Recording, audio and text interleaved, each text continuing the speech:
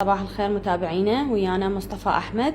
شلونك مصطفى؟ والحمد لله على السلامة. الله يسلمك. شلونك؟ والله الحمد لله. شنو العملية اللي سويتها من الدكتور؟ والله فترة ارتجاع بالمريء.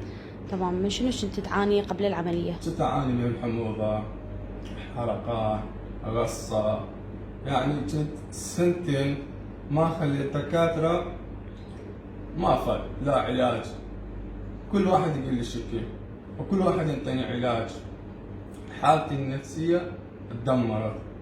بس شفت بالفيس دكتور وليد اسوي عمليات وكلش ناجحة. سألت أصدقائي هم سووا يمه، قالوا لي الأعراض هيك وهيك وتروح. بس دكتور وليد أول على العراق، أول على عربهم. الله يسلمك. شلون كانت حياتك قبل العملية؟ والله حياتي كل صعبة، كل صعبة. مليت صار عندي حالة نفسية. باليوم يمكن ما تطلع صمونة. صار عندي مضاعفات، أدوخ، يعني لا أقدر أشتغل، لا أقدر أطلع في الطاق. حالي أريد أصير حال العالم الشباب.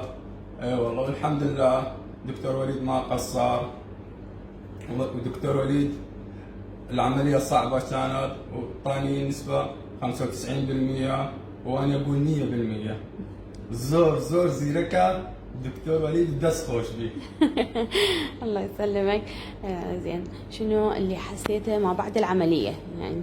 حسيت شيء أكيد، حسيت بالأوجاع كتفي، بطني، يعني هاي الشيء يعني هاي مال أعراض العملية. وإن شاء الله دكتور وليد قال لي هالأسبوع على 10 أيام تروح العيادة، وشوية يعني مدة الشهر أقوم أكل طبيعي. تمام. أكلت وشربت. والله يوفق دكتور وليد ويوفقك ويوفق الدكاترة، وما قصرتوا، واشكركم حيل. وانا من اربيل جيت على مود دكتور وليد.